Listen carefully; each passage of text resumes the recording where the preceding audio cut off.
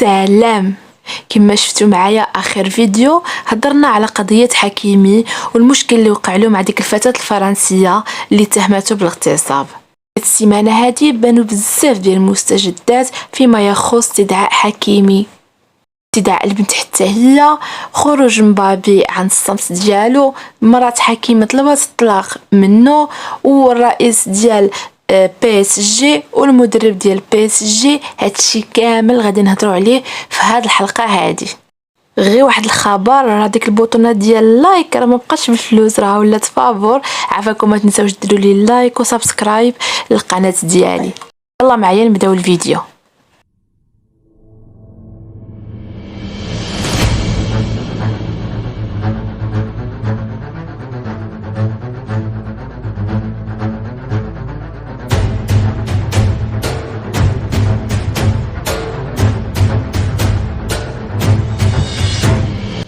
كنا هضرنا في الفيديو اللي فات على المشكل اللي وقع الحكيمي مع ديك الفتاة الفرنسية، وقالت انه كان باغي يغتصبها بعد ما استدعاها للبيت ديالو، بصيفط لها اوبر وجابها حتى للدار اللي عنده وبقاو جالسين حتى خرجت البنت كتجري وعيطات لصاحبتها باش تجي موراها. شنو وقع؟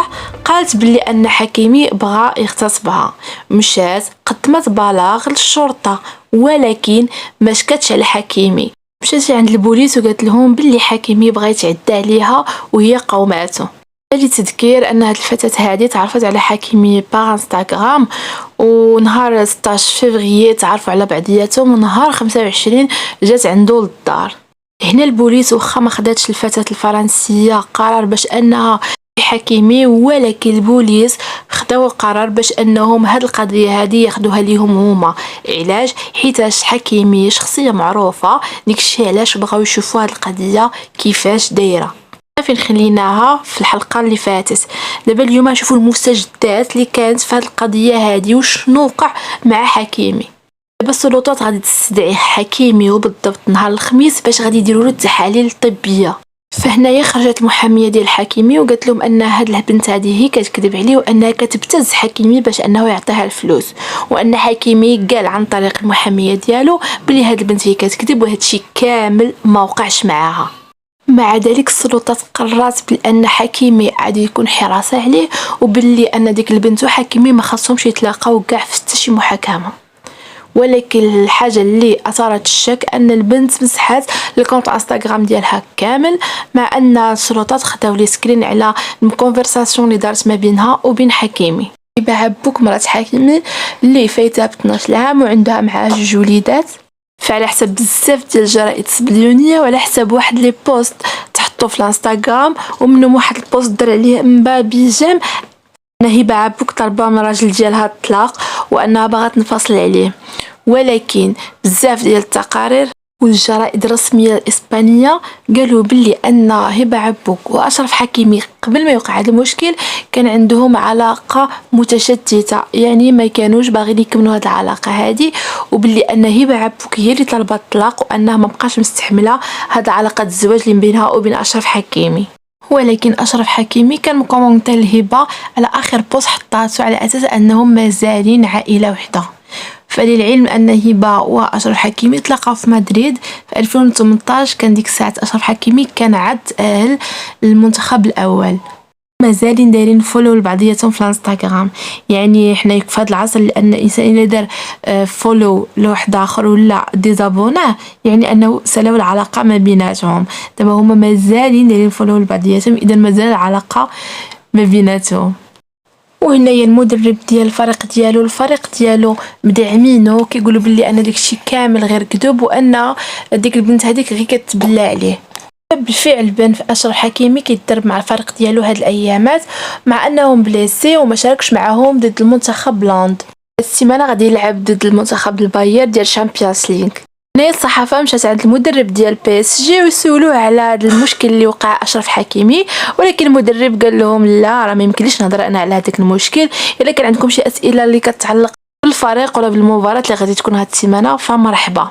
فاكيد الفريق ديال بي اس جي ما غاديش يتخلى على اشرف حكيمي، حيت اشرف حكيمي اقوى ظهير ايمن في العالم وهو اللي غيساعدهم باش انه يربحوا هاد المباراه ديال هاد السيمانه هذه.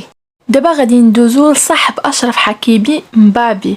واحد الصحفي قال بلي مبابي غادي يسمح في صاحبه اشرف حكيمي، فعلى حساب هذا الشيء اللي كيرجع على حساب اشرف حكيمي مبابي الصوره ديالو غادي هو كيحافظ على الصوره ديالو بزاف. فحتى فاش مشى مع المنتخب ديالو المونديال وكانوا كيدوزو في لي كونفيرونس وكانوا كيديروا اشهار KFC والبيبسي، ما كاش كيبغي تافيشا معاهم باش الصوره ديالو تبقى مزيانه. وكاينه حاجه تانية باللي ان كيقولوا باللي البامبي هدد الاتحاد الفرنسي باش يوقف مع صاحبه حكيمي ولا ما عادش يبقى يلعب مع المنتخب الفرنسي، وهذه اللي حاجه اللي كنظن انها ما كايناش وما ليش لها شيئا من الصحه. والحاجه الثالثه كيقولوا باللي ان مبابي وقف مع صاحبه في الخفاء ومخلي المساله ديال هذا الاغتصاب بينها وبين المحاميه ديال اشرف حكيمي. فانا كنظن هذه هي الحاجه اللي كاينه، حيتاش مبابي واشرف حكيمي صحاب بزاف وما كنظنش انه غادي يتخلى على اشرف بهذه السهوله هذه. دابا غادي ندوزو حكيمي ما خرجش حتى بشي بلاغ رسمي او لا حط شي بوست ولا حط شي حاجه في السوشيال ميديا كيتهضر على هذا الشيء اللي وقع له، ومشى دار فحوصات طبيه على عكس الفتاه اللي بلغات عليه، او بالاحرى مشات غير قالت للبوليس باللي ان هذا الشخص شنو بغا يدير شنو باغا يدير وما بغاتش تحط بلانت. فهذا هو بحد ذاته شي حاجه اللي كثير الشكوك حول هذه البنت هذه، فما بغاش دير فحوصات طبيه وما بغاش تحط بلانت. فهنا حكيمي كلشي مدعمو، لا من الفريق ديالو لا من المدرب ديالو لا من صاحبه مبابي ولا من العائله ديالو وحتى من الجمهور والمغرب كامل، وانا من ضمنهم. كنتمنى ان حكيمي ما يكونش دار هذا الشيء هذا وتكون ديك البنت غير ملفقه له هذا الشيء وباغا تبتزو باش تاخذ غير الفلوس. جميع الدلائل جايه مع حكيمي وماشي ضده. والحاجه اللي ما عجبتني الصراحه الله ان المراتو ما ضمنتش معاه، ما وقفاتش جنبه، عوض ما توقف جنبه جات ضده وبالعكس رفعت عليه دعوه ديال الطلاق. فهذه في حد ذاتها شي حاجه اللي كتحس في النفس ديال الانسان، فبالاحرى اشرف حكيمي كي غادي يكون في هذه السيتوياسيون هذه اللي راه فيها دابا. فكنتمنى لاشرف حكيمي البراءه وما يكونش هذا الشيء لا زعما شي حاجه اللي غادي تخرج له على الكارير ديالو وعلى حياته الشخصيه. وكنتمنى ان هذا الشيء ما يتعاودش مع الناس المشاهير ومع الناس اللي معروفين بزاف، حيتاش الناس كيبغيو يبتزوهم وياخذوا منهم الفلوس. المهم كانت هذه هي القصه ديالي ديال هذا النهار، او بالاحرى تكميله ديال ديك الحلقه اللي درت ديك المره. ما تنساوش تدعموني بلي لايك وبلي جيم، يعني بلي لايك هي لي جيم او لي كومونتير. بارطاجيو لا فيديو ديالي مع الناس اللي كتعرفوا مع الناس اللي ما كتعرفوش. السلام عليكم، نتلاقاو في الحلقه الجايه. بسلامه.